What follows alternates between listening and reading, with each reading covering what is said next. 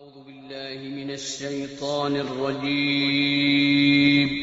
پناہ مانگتا ہوں میں اللہ کی شیطان مردود سے۔ بسم اللہ الرحمن الرحیم شروع اللہ کا نام لے کر جو بڑا مہربان نہایت رحم والا ہے۔ اعوذ باللہ من الشیطان الرجیم بسم اللہ الرحمن الرحیم قالوا يا نوح قد جادلتنا فأكثرت جدالنا فأتنا بما تعدنا إن كنت من الصادقين قال إنما يأتيكم به الله إن شاء وما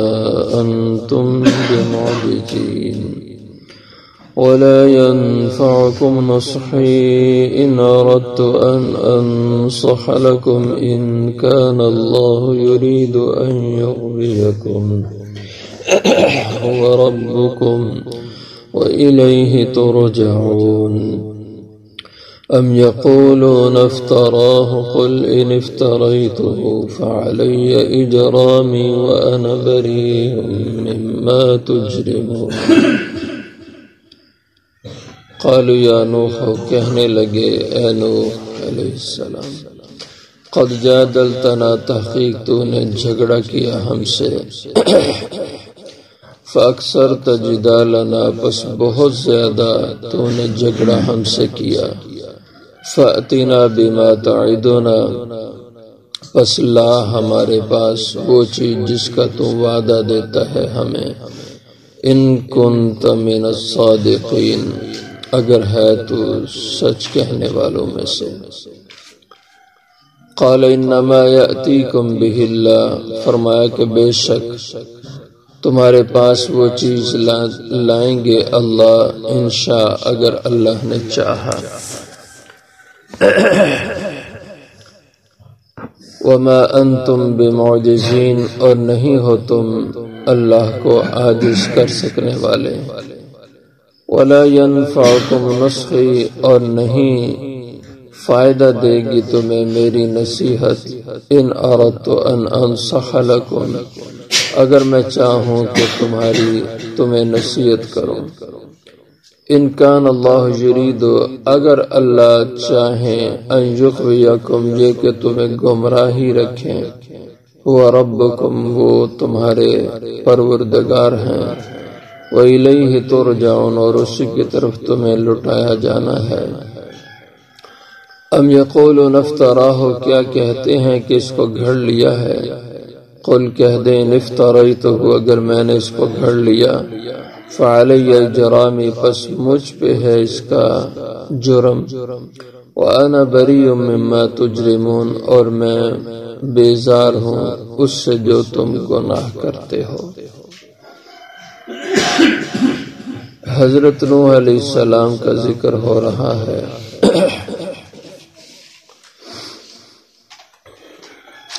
آپ کا اپنی قوم سے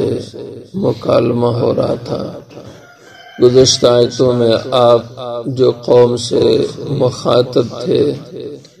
آپ نے جو ان سے گفتگو کی اس کا ذکر ہوا۔ اب اس کے جواب میں قوم نے جو آپ سے گفتگو کی اس کا بیان ہے۔ قالو، تو آپ کی قوم کے لوگوں نے کہا، یا نوح، اے نوح علیہ السلام،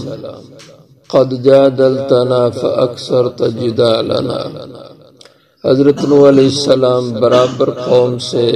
واز کہتے رہتے تھے، ان کو تبلیغ کرتے رہتے تھے، یہاں تک کہ 950 سال آپ نے برابر یہ کام کیا۔ تو اس پر قوم نے کہا کہ قد جادلتنا،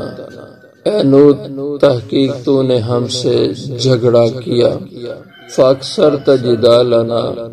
اور تو نے بہت زیادہ یہ جھگڑا ہم سے کیا،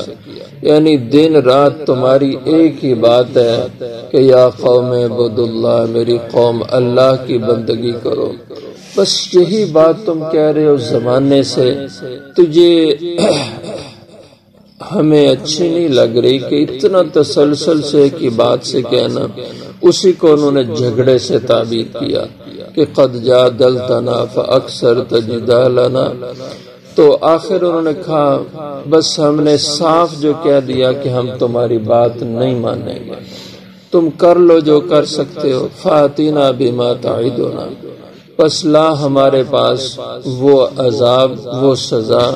بما تعدنا جس سے تو ہمیں ڈراتا ہے، ان کنت من الصادقین،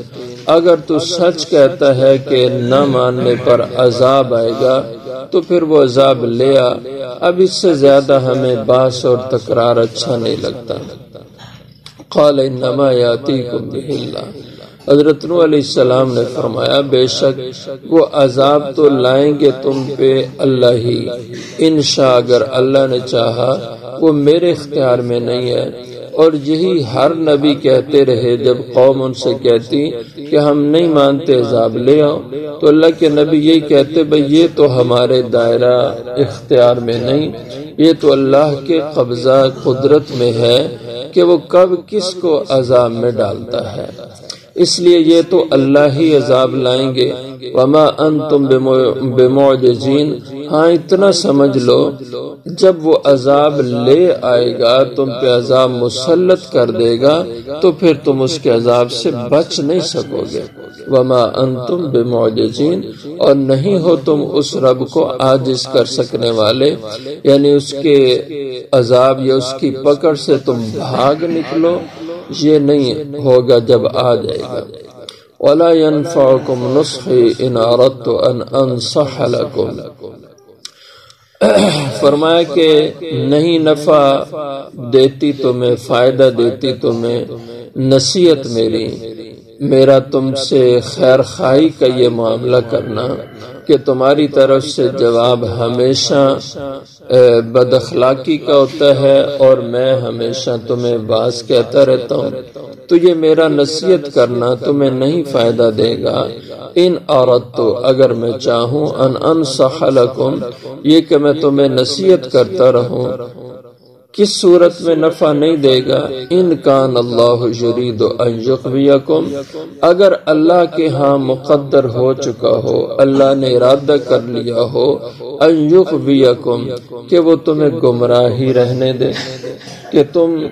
گمراہی پر ہی چلو گے، تو پھر تمہیں میں کیسے راہ راست پر لا سکتا ہوں؟ اس لیے صدیوں کی میری محنت وہ کارگر نہیں ثابت ہوگی جب تم رب کے ہاں سے راندہ درگاہ ہو چکے ہو، رب نے تم میں ہدایت سے محروم کر رکھا ہے، تو میرا نصیحت کرنا تمہیں فائدہ نہیں دے گا۔ اور یہ آپ نے بارہا سنا کہ اللہ جل شانہ کسی کو گمراہ تب کرتے ہیں جب وہ خود گمراہ ہونا چاہتا ہے۔ انسان اپنا ارادہ اپنی طلب اور چاہت سے برائی کو چاہتا ہے تو اللہ اس کو برائی پہ چلا دیتے ہیں، اس کے لیے برائی کو آسان کر دیتے ہیں۔ اور اگر کوئی بندہ نیکی کو چاہے، نیکی کرنے کا ارادہ کرے، اللہ اس کو نیکی کی توفیق دے دیتے ہیں۔ نولی ما تولی، یہ تو اللہ کا عام اعلان ہے کہ جس طرف تم پھرو گے میں تمہیں پھیر دوں گا۔ نولی ما تولی، تم جس رخ پہ چلو گے میں چلا دوں گا تمہیں، نیکی پہ چلو گے نیکی آسان کر دوں گا، گناہ پہ چلنا چاہو گے تمہارا دل ہی چاہ رہا ہے کہ بدی کرنا، گمراہ ہونا، تو پھر تمہیں اس راہ پہ چلا دوں گا۔ ہوا ربکم، سارے تمہارے اختیار اور قدرتیں اس اللہ کو ہیں، وہی تمہارا رب پروردگار ہے۔ وَإِلَيْهِ تُرْجَعُونَ، اور اسی کی طرف تم سب کو لوٹایا جانا ہے۔ ام یقولون افترا، کیا یہ لوگ کہتے ہیں کہ افطارا ہو، آپ نے اس قرآن کو گھڑ لیا ہے؟ نعوذ باللہ کی یہ اللہ کی کلام نہیں، آپ کا اپنا بنایا ہوا کلام ہے۔ قل، تو آپ کہیں، ان افتریتہ، اگر میں نے اس کو گھڑ لیا ہے، میں نے یہ قرآن خود بنا لیا ہے، اللہ کی کلام نہیں، اللہ نے اس کو نازل نہیں کیا، تو تمہیں کیا پریشانی ہے؟ تم مانو، اس پہ چلو۔ اگر یہ میں نے خود بنایا ہوا تو فعلی اجرامی، تو اس کا گناہ تو میرے ذمہ پڑے گا نا، میں اس گناہ کا وبال بھگتوں گا، تم تو بری ہوگے۔ وَأَنَا بَرِيٌّ مِّمَّا تُجْرِمُونَ، اور تم نہیں مانتے اس قرآن کو اور اس قرآن پہ ایمان نہیں لاتے، تو یہ تمہارا جرم ہے، اور میں بری الذمہ ہوں، بیزار ہوں، مما تجرمون، اس سے جو تم یہ گناہ کا راستہ اختیار کیے ہوئے ہو، جو تم اس گناہ پہ چل رہے ہو، اللہ کی کلام کو نہیں مانتے، اللہ کے نبی کی بات کو نہیں مانتے، تو یہ تمہارا جو جرم ہے میں اس سے بری الذمہ ہوں، اور اگر میں کوئی جرم کروں تو تم اس سے بری الذمہ ہو۔ ہر شخص اپنے کیے کا ذمہ دار ہے، لیکن میں تمہیں راہ راست پر لانے کی کوشش کرتا رہوں گا، میرا کام یہ ہے، میرا ذمہ داری یہ ہے۔ باقی یہ اللہ کی کلام ہے قرآن، اور یہ سچی کتاب ہے، آسمان سے نازل شدہ ہے۔ تو ایک مفہوم اس آیت کا یہ ہے کہ یہ آخری آیت حضور اکرم صلی اللہ علیہ وسلم کے متعلق ہے کہ جو آپ کے زمانے کے مشرک اور کافر تھے وہ اس قرآن کو سچا نہیں جانتے تھے۔ یا اس کا دوسرا مفہوم، دوسری تفسیر یہ ہے کہ اس کا تعلق بھی حضرت نوح علیہ السلام سے ہے کہ ہم یقولون افترا، کیا یہ لوگ کہتے ہیں کہ حضرت نوح علیہ السلام نے جو اللہ کی وحی ان کے سامنے پیش کی تو وہ یہ کہتے تھے کہ یہ کوئی اللہ کی وحی نہیں ہے، تمہیں کوئی اللہ کی وحی آتی نہیں، تم یہ ساری باتیں اپنی طرف سے گھڑتے رہتے ہو۔ تو دوسرا مفہوم اس کا یہ ہے کہ اس کا تعلق حضرت نوح علیہ السلام سے ہو، لیکن